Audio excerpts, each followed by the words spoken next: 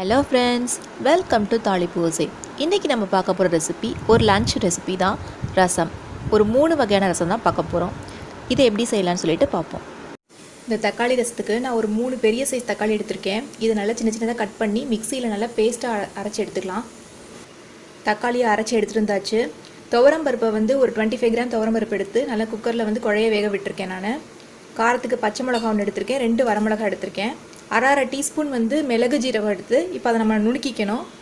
அப்புறம் சாம்பார் பொடி, உங்களுக்கு சாம்பார் பொடி வேண்டாம் அப்படின்னா நீங்கள் ரசப்பொடி சேர்த்துக்கலாம் இருந்ததுன்னா. நான் சொல்கிறேன் இப்போ அளவுகள் எல்லாமே ஒரு 2லேருந்து 3 பேர் சாப்பிட்றதுக்கு. உங்களுக்கு இன்னும் நிறையா அதிக குவான்டிட்டி வேணும்னு நினச்சிங்கன்னா 3 தக்காளிக்கு பதிலாக ஒரு 5 தக்காளி சேர்த்துக்கோங்க. துவரம் பருப்பு ஒரு 50 கிராம் வேக வச்சுக்கோங்க. தக்காளி விழுதை அடுப்பில் வச்சுருக்கேன். இதில் மிக்ஸி வாஷ் பண்ண வாட்டர் 1 டம்ளர் கிட்ட சேர்க்குறேன். இதிலேயே ஒரு பச்சை மிளகா, 2 வரமிளகா, அரை டீஸ்பூன் கிட்ட சாம்பார் பவுடர், உப்பு, மஞ்சள்தூள் சேர்த்துக்கிறேன். இது நல்லா கலந்து விட்டுருவோம். தண்ணி எவ்வளோ வேணுமோ அதுக்கேற்ற மாதிரி நம்ம ஆட் பண்ணிக்கலாம். ஆல்ரெடி 1 டம்ளர் ஆட் பண்ணியிருக்கேன். இப்போ இன்னும் 1 டம்ளர் ஆட் பண்ணுறேன். 2 டம்ளர் தண்ணி சேர்த்துருக்கேன். கொதிக்கட்டும். லைட்டாக கொதிக்க ஸ்டார்ட் பண்ணும்போதே பருப்பு தண்ணியும் சேர்த்துக்கலாம். பருப்பு சேர்த்து ஒரு 5 நிமிஷம் ஆயிடுச்சு. இப்போ கருவேப்பிலையும் கொத்தமல்லியும் சேர்த்துக்கிறேன். நான் பருப்பு சேர்க்கறதுக்கு முன்னாடியே தக்காளி நல்லா கொதிக்க விட்டுருங்க. இந்த தக்காளியில் உள்ள பச்சை வாசனை போனதுக்கப்புறம் பருப்பு சேர்த்துக்கோங்க.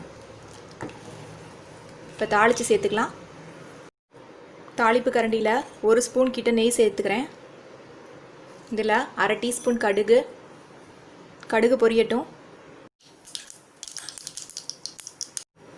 கடுகு நல்லா பொரிஞ்சிருச்சு. இப்போ இதில் பெருங்காயம், தட்டி வச்சுருக்க மிளகு ஜீரகம் இதை போட்டு நல்லா வதக்கிக்கலாம். இதோட ஒரு வரமிளகா,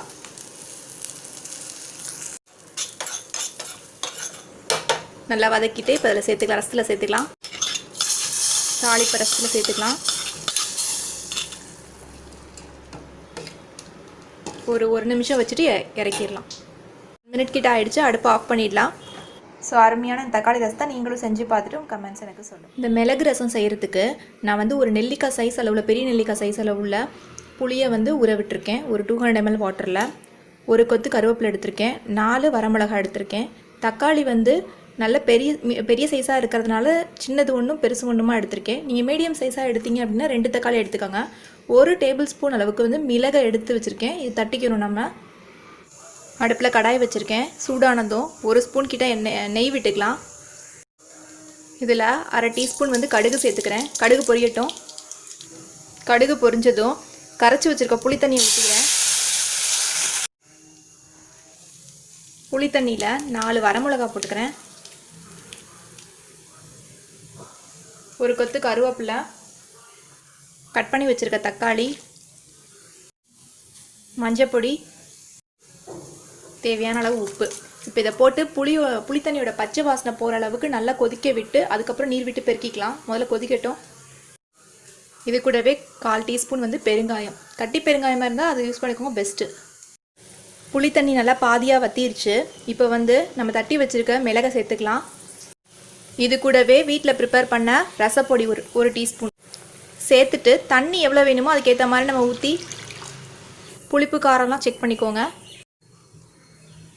தண்ணி சேர்த்தாச்சு. இப்போ ரசம் நுரைச்சி வரும்பொழுது கொஞ்சமாக கொத்தமல்லியும் கருவேப்பிலையும் தூவி அடுப்பை ஆஃப் பண்ணிட வேண்டியதான். ரசம் நுரக்கட்ட ஆரம்பிச்சிருக்கு. இப்போ கொஞ்சமாக கொத்தமல்லி தூவிக்கிறேன். கொத்தமல்லி தூவினாலும் பரவாயில்ல, நுரக்கட்டினதோட நம்ம அடுப்பை ஆஃப் பண்ணிடலாம். அருமையான நம்மளுடைய மிளகு ரசம் ரெடி ஆயிடுச்சு. சளி இருமலுக்குலாம் ரொம்ப நல்லது. நீங்களும் செஞ்சு பார்த்துட்டு உங்கள் கமெண்ட்ஸ். இஞ்சி ரசம் வைக்கிறதுக்கு நான் ஒரு சின்ன எலும்புச்சம்பளம் அளவுக்குள்ள புளியை ஊற வச்சுருக்கேன். 2 தக்காளி எடுத்திருக்கேன். 1 ஸ்பூன் தனியா எடுத்திருக்கேன். இப்போ இதில் இஞ்சி தான் மேஜராக இருக்கணும். ஒரு 25 கிராம் கிட்ட இருக்கக்கூடிய இஞ்சி எடுத்திருக்கேன். ஒரு கொத்து கருவேப்பிலை. இப்போ நல்லா வாஷ் பண்ணிவிட்டு தோலெல்லாம் நீக்கிட்டு இந்த இஞ்சியை சின்ன சின்னதாக கட் பண்ணி தக்காளி, இஞ்சி, தனியா, கருவேப்பிலை இது எல்லாத்தையும் நல்லா பேஸ்ட்டாக அரைச்சிக்க போகிறோம் மிக்சியில். இஞ்சியை நல்லா வாஷ் பண்ணிவிட்டு தோல் சீவி மிக்சியில் சேர்த்துருக்கேன். ஃபஸ்ட்டு இதை ஒரு தடவை நல்லா அரைச்சிட்டு அதுக்கப்புறம் அதோட தக்காளியும் கருவேப்பிலை தனியாக எல்லாம் சேர்த்து அரைச்சிக்கலாம். அரைச்சிட்டு காட்டுறேன். ஊற வச்ச புளியை நல்லா 300 ml வாட்டரில் நல்லா கரைச்சி எடுத்து வச்சுருக்கேன். இந்த புளி தண்ணியிலேயே கொஞ்சமாக உப்பு, அரை டீஸ்பூன் சாம்பார் பவுடர், அரை டீஸ்பூன் ரச பவுடர் நல்லா கொதிக்கட்டும். இது கூடவே 1/4 டீஸ்பூன் அளவுக்கு மஞ்சள் தூள். புளி தண்ணி நல்லா ஒரு 10 நிமிஷமாக கொதிச்சிட்ருக்கு. இப்போ வந்து நம்ம இந்த அரைச்சி வச்ச பேஸ்ட்டை சேர்த்துக்கலாம். இஞ்சி, தக்காளி, கருவேப்பிலை சேர்த்து அரைச்சது, தனியாக சேர்த்து அரைச்சதை சேர்த்துக்கலாம். இது கூடவே வேணுங்கிற அளவுக்கு தண்ணி. இப்போ உப்பு இதெல்லாம் கரெக்டாக இருக்கான்னு செக் பண்ணிக்கோங்க. காரம் வந்து இஞ்சியில் காரமே அதிகமாக இருக்கும். உங்களுக்கு அப்படி இன்னும் காரம் தேவைன்னா தாளிக்கும் போது ஒரு 3 மிளகா சேர்த்துக்கோங்க. இந்த பேஸ்ட்டு போட்டதுக்கப்புறம் ஒரு 5 நிமிஷம் கொதிக்கட்டும்.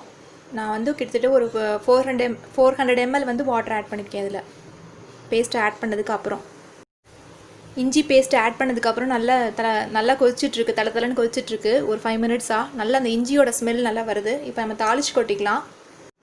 தாளிப்பு கரண்டியில் 1 ஸ்பூன் கிட்ட வந்து நல்லெண்ணெய் சேர்த்துருக்கேன். இதில் கடுகு 1/2 டீஸ்பூன் சேர்த்துக்கிறேன். நான் பெருங்காயம் சேர்க்கல இந்த ரசத்துக்கு, இஞ்சி சேர்த்ததுனால. உங்களுக்கு வேணும்னா நீங்கள் சேர்த்துக்கோங்க. இதுலேயே 4 சீரகம் மட்டும், ஒரே ஒரு வரமிளகா, 2 கருவேப்பிலை தாளிப்பை ரசத்தில் சேர்த்துக்கலாம். நல்லா ரசம் கொதித்து வரும்போதே கருவேப்பிலையும் கொத்தமல்லியும் கொஞ்சமாக தூவிக்கிறேன். அவ்வளோ ரசத்தை ஆஃப் பண்ணிடலாம். இஞ்சி ரசம் ரெடி ஆகிடுச்சு. சூப்பரான இஞ்சி ரசம் ரெடி ஆகிடுச்சு. செரிமான ப்ராப்ளம் எல்லாத்துக்குமே இது ரொம்ப நல்லது. தலைவலி, செரிமான ப்ராப்ளம் இருந்ததுன்னா இந்த ரசம் வச்சு சாப்பிடுங்க, ரொம்ப நல்லாயிருக்கும். ஸோ இந்த வீடியோவில் நீங்கள் பார்த்த இந்த 3 விதமான ரசத்தையுமே செஞ்சு பாருங்கள். இது இல்லாமல் நம்ம சேனலில் ஏற்கனவே மைசூர் ரசமும் லெமன் ரசமும் அப்லோட் பண்ணியிருக்கோம். அதோட லிங்க்கை நான் டிஸ்கிரிப்ஷன் பாக்ஸில் தரேன், அதையும் பாருங்கள். நீங்களும் செஞ்சு பார்த்துட்டு உங்கள் கமெண்ட்ஸாக எனக்கு சொல்லுங்கள். இந்த வீடியோ உங்களுக்கு பிடிச்சிருந்துச்சுன்னா நம்ம சேனலுக்கு சப்ஸ்கிரைப் பண்ணிக்கோங்க. உங்கள் ஃப்ரெண்ட்ஸுக்கும் ஷேர் பண்ணுங்கள். தேங்க்ஸ் ஃபார் வாட்சிங்.